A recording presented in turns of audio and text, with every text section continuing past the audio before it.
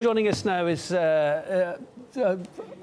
Sreeram Chaulia, International Affairs Professor. Sir, thank you for being with us, much appreciated. So Washington's firmly against any country dealing with Russia when it comes to military. Could India be an exception here? It says on the face of it it's going to go ahead, sanctions or not. Is that correct?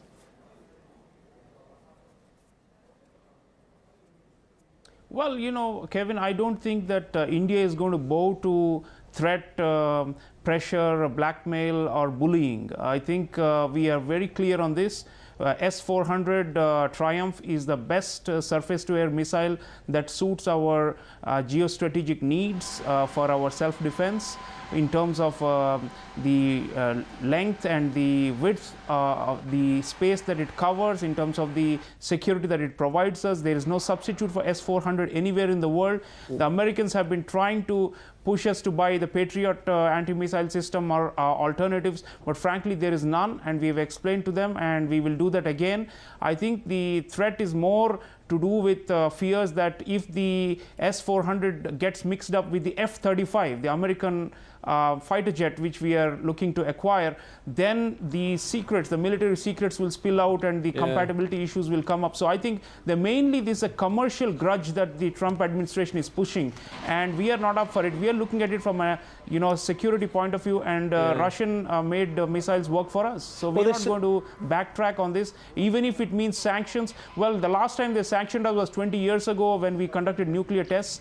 They've been threatening us on Iran as well, and as you mentioned, Turkey is facing a similar pressure. So there is a culture now of trying to browbeat everyone into falling in line with unilateral American sanctions. We are not buying it, as you just quoted our defense minister. If it's a United Nations thing, it's a different fact. If it's a US unilateral one-sided thing, we are not going to abide by those. Russia is a defense partner and we are going to stay with them. Yeah, well, I mean, the State Department was saying regarding Turkey, there was a compatibility issue here. They said, we can't have one of our NATO partners here using a different missile system, a Russian one. It's not compatible with our NATO systems. Is that the same kind of argument they're using for you as well, then, in India?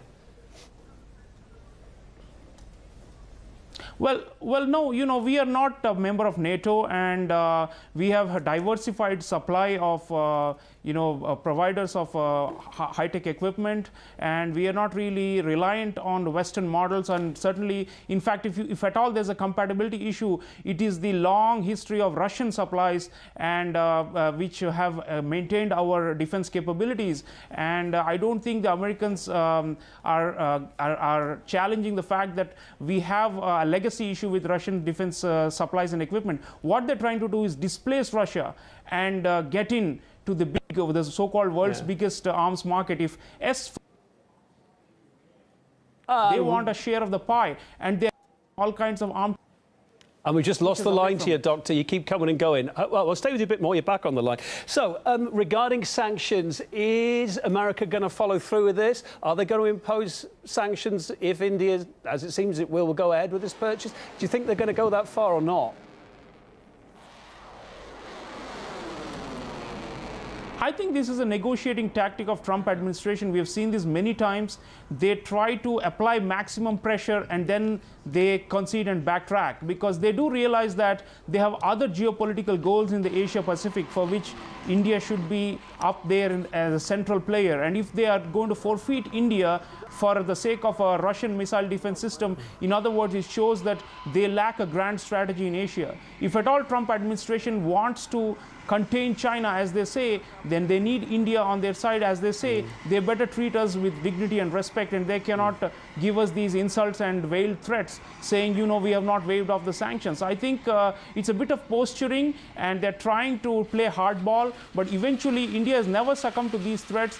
When it comes to our national security and our core interests, we have never compromised, be it buying oil from Iran or buying weapons from Russia. We are not going to back down on this. We're going to find a way through this, and we are determined to stick to our traditional defense partners. So, just as a final footnote to this, where does this latest spat leave relations between India and America at the moment? At a real low point, or is it something you can work through? Well, we are passing through a very thorny phase since Donald Trump has taken the White House, because he doesn't seem to have that grand strategy for Asia Pacific that we had expected from earlier American administrations. So it is also forcing us to rethink our approach to China and to Russia, to take it far more seriously than was the case even 2 or 3 years ago, simply because we need to have our own counter pressure points in order for the Trump administration to understand the importance and the value of India, that we are not a banana republic that can be pushed around with blackmail and threats of sanctions. Dr. Sreeram Chaulia, International Affairs Professor, thanks for making India's point clear on this as you see it. Much appreciated. Thanks for being live with us. Thank you for watching us.